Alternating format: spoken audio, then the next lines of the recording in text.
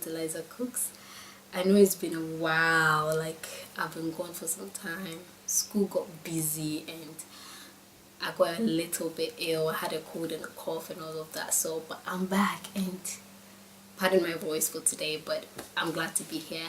So today I'm excited because we're going to do the first cookie letter section and it's exciting. So I got a letter from this beautiful lady and I am so sorry I have not gotten back to you, but I'm doing this. I'm going to replace her name with my name and we can go on. So my name is Kukwa and I'm 17 years old. Welcome to the YouTube family. Thank you. I have watched about 3 of your videos and I've been inspired by them. I want an advice on how to deal with my low self-esteem. I mean, in school, I feel like the odd one out amongst my friends. Not only that, my family seem not to understand my mood swings nowadays. I'm being bullied emotionally and do not know who to speak to. I don't feel good in my own skin. Clearly, I am not beautiful in the eyes of my peers and it's rubbing off me. Please, any tips on how to go about this? Thank you. Whew, let's get into it. So, this young lady is 17 years old and she's going through what I went through at the age of 14.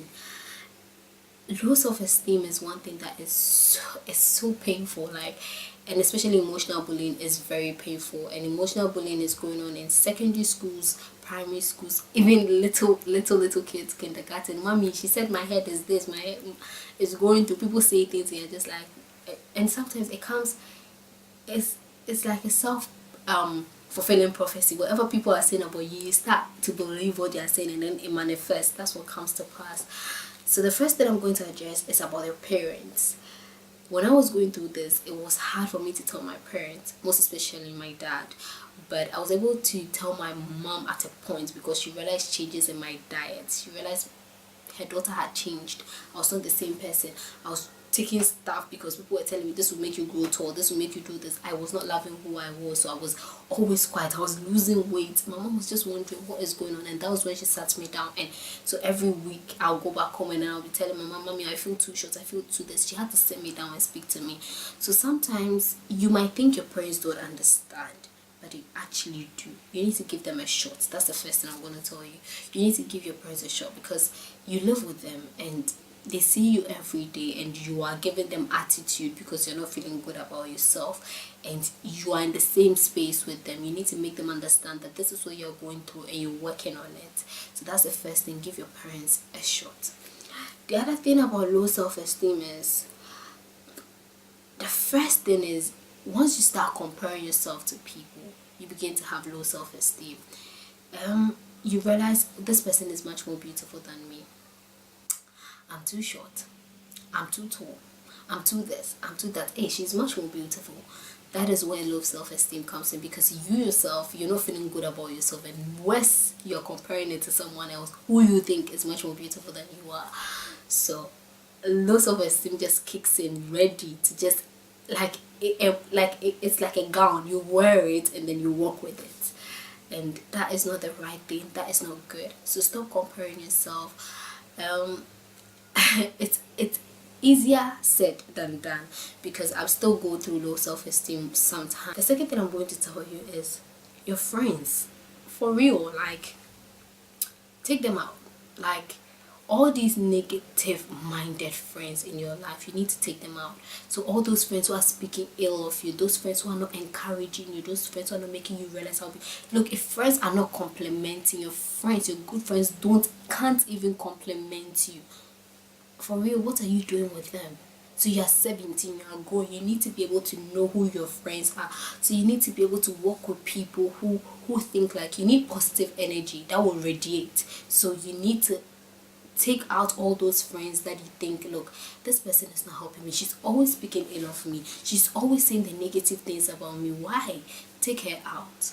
Him or her, just take that person out, honestly. So you need to be able to check your friends because you are mostly with your friends than with your parents because you are spending time in school. So you need to check out who is this friend in my life and take that person out if the person is not helping. The other thing I'm going to say is also to work on your strengths and your weaknesses.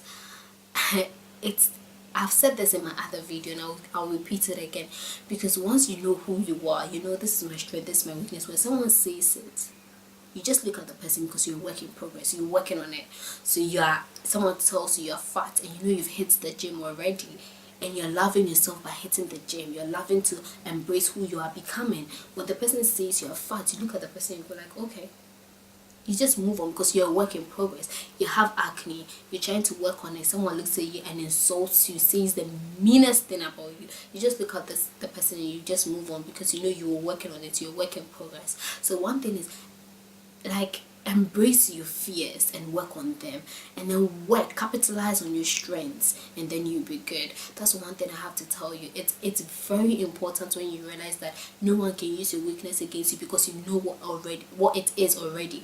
You know, sometimes you don't know what it is until someone says it and it triggers that, it's true. Once you know about it, when the person says it, you know you're working on it, so you're not bothered. So work on your fears, work on your strengths, work on your weaknesses as well. You know the part where you talked about how it's rubbing off you because that's what your friends think. I was really in tune with that, because that is what I also thought. And this verse came to mind. You are fearfully and wonderfully made. You're created in the image of God. And it hit me, and I was like, yeah, I have to tell you this. It's not about what your friend or your friends say. It's about what God says. So your friends are telling you you're not beautiful, you are this, you're that. That's not what God is saying about you. That's what your friends are saying. So God is telling you are fearfully and wonderfully made, and you are saying, no, my friends are saying I'm ugly, so that's what it is. For real? No, that's not what it is. Because this is what God is saying. You are fearfully and wonderfully made. I created you in my own image, and I don't judge as men judge. So your friends are judging you based on your appearance, based on this, creating a whole line of words that you're ugly, you're too skinny, you're too fat, you're too this, and God is telling you are beautiful. You are the most elegant person. You are fearfully made. I created you in my image. And you look at God in the face and you tell God, no, that's not what it is. My friends say I'm ugly, so that's what it is. No, that's not what it is. Clearly. So it hit me as well, because there are times when I'm like, today, dear Elizabeth, I'm not feeling good about myself. And then I have to remember, so get a mirror in your room. I don't have one though, but get a mirror in your room, put it down and tell yourself, I am beautiful. And that's what God says. Study the word of God. Once you study the word of God, confess it concerning your life. So whatever is happening in the Bible, you say, this is it and this is me. I am fearfully made. I am wonderfully made. I was created. You say those things in the mirror. And you know when a ball is thrown to the wall and it comes back, you're saying those words and they're coming back to you, because that's what you are. That's what it is. Say the positive things and let it radiate. And once you're a happy girl, everyone around you becomes happy. And you're 17. Girl, go claim the world. Go do exploit. And you know what? Once you're going through this, you can come out and speak, and another girl will learn from your experience and become better. So I have friends who are going through low self-esteem, and I can tell them, look, I've gone through it. I still go through it, but you can come out of it. So you speak, and then people would understand what you're going through. So yes, you're beautiful, and I'm so humbled that you wrote to me, because I know what you're going through. Emotional bullying is real and is going on everywhere, as I said. More so, I pray and I hope that you take these little tips and you work on them. Most importantly, pray to God, because He created you and He knows. You know, sometimes we feel like God is too big, we can't speak to Him. But when you speak to Him, He listens, because He created you. He knows your emotions. He knows what you're going through. And don't serve Him based on that, but serve Him knowing that, look, this is it. You created me, and whatever I have to do needs to glorify your name.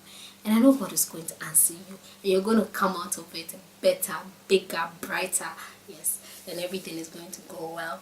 Yes, so I'm back with cookie letters, and I'm hoping to get more letters so we can all discuss them. Comment below and let us all get talking to encourage this young lady and many young ladies going through this. And keep liking, keep sharing, and yes, as always, thank you for subscribing, and I love you all. Bye for now.